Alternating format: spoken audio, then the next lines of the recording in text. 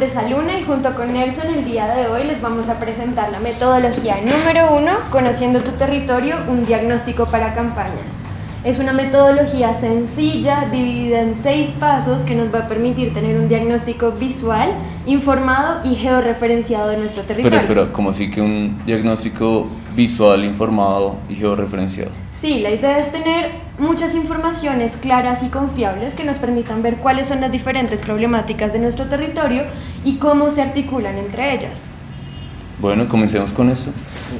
Paso número 1. Para este paso vamos a identificar parámetros, por un lado meramente demográficos, en los cuales vamos a tener la edad, el sexo o el género, la etnia, el estrato, y por el otro factores más electorales como cuáles son los puestos de votación, cuáles son las mesas de votación, cuántas personas están inscritas, cuántas personas han votado. ¿De acuerdo? Cuando tengamos esto, ya vamos a tener ciertos factores diferenciales que cuando entremos a la plataforma Datos por Votos, vamos a poder sacar toda la información y plasmarla de manera muy visual gracias a estos gráficos y a algunos materiales como post-its, marcadores y cintas de colores. Sí.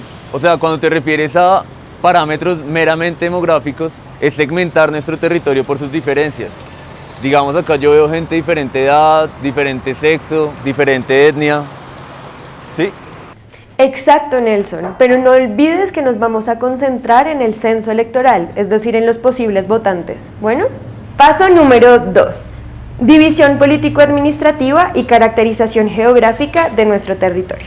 Lo que vamos a hacer en este paso es dividir nuestros territorios, bien sean departamentos o municipios, entre zonas densamente pobladas de aquellas donde la población es mucho más dispersa.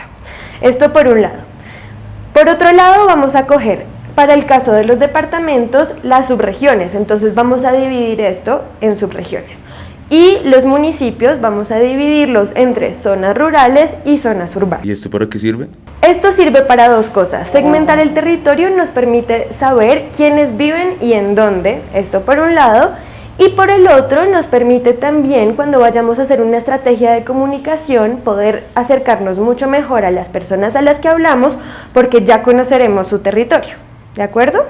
O sea que el equivalente de esto para un municipio sería dividirlo por localidades, sectores, barrios, veredas.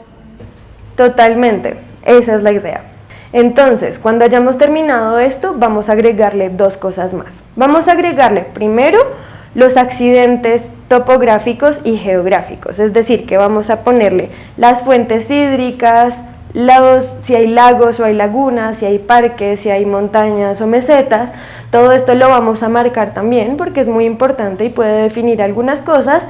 Esto por un lado, y por el otro va a ser muy importante definir y ubicar dónde existen infraestructuras que puedan acoger a más de 100 personas, donde nosotros podamos realizar nuestras reuniones. Entonces vamos a ubicar dentro del municipio algunos puntos que nos puedan acoger y nos puedan acoger a nosotros con un equipo grande. Aluna, déjame explicar el paso 3 porque me parece muy importante, y es dónde están las fuerzas económicas. Es detectar geográficamente dónde están las grandes industrias, los sectores económicos fuertes que pueden tener una influencia en la problemática que estamos buscando en nuestro territorio. Y no sé, ¿lo dije bien? Sí, perfecto. No olvides que toca también incluir todas las fuerzas económicas como la ganadería, el comercio, la agricultura y también el turismo, si es algo predominante en el territorio. Bueno, sí, ya teniendo esto, podríamos saber o identificar qué relaciones o qué intereses tienen los sectores económicos con la política.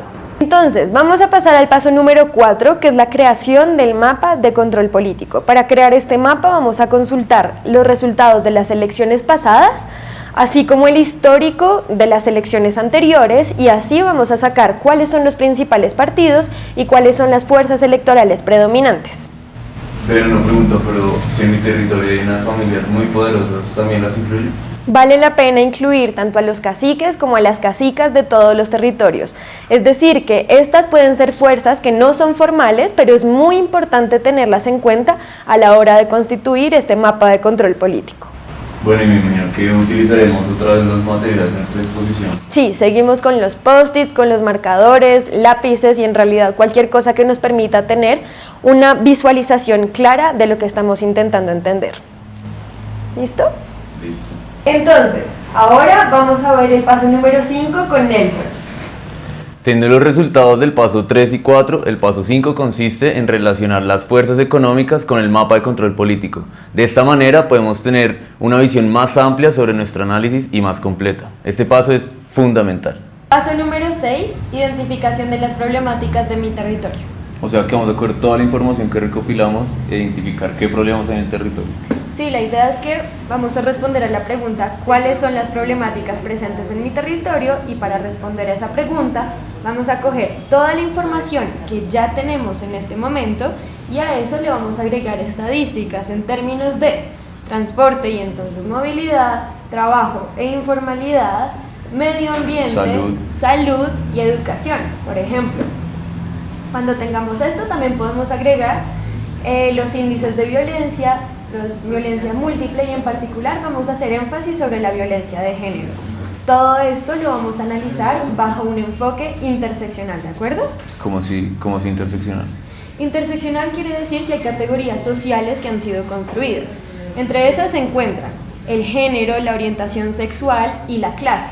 Estas tres categorías vamos a recordar que fueron construidas y a partir de eso vamos a llevar el análisis y vamos a hacer también que se interrelacionen, que interactúen entre ellas. Igual recordemos que también es importante tener la percepción de los participantes locales y geolocalizarlas en el mapa, las problemáticas que ellos ven. Absolutamente, como es un ejercicio colectivo vamos a preguntarles a las personas dónde ven ellas que están esas problemáticas y cuál es su percepción sobre ellas. Y además de pasar toda esta información a unos gráficos que nos puedan como ampliar la visibilización del problema, ¿qué más podemos resaltar en el mapa? Súper importante los gráficos porque con los gráficos vamos a tener una representación visual.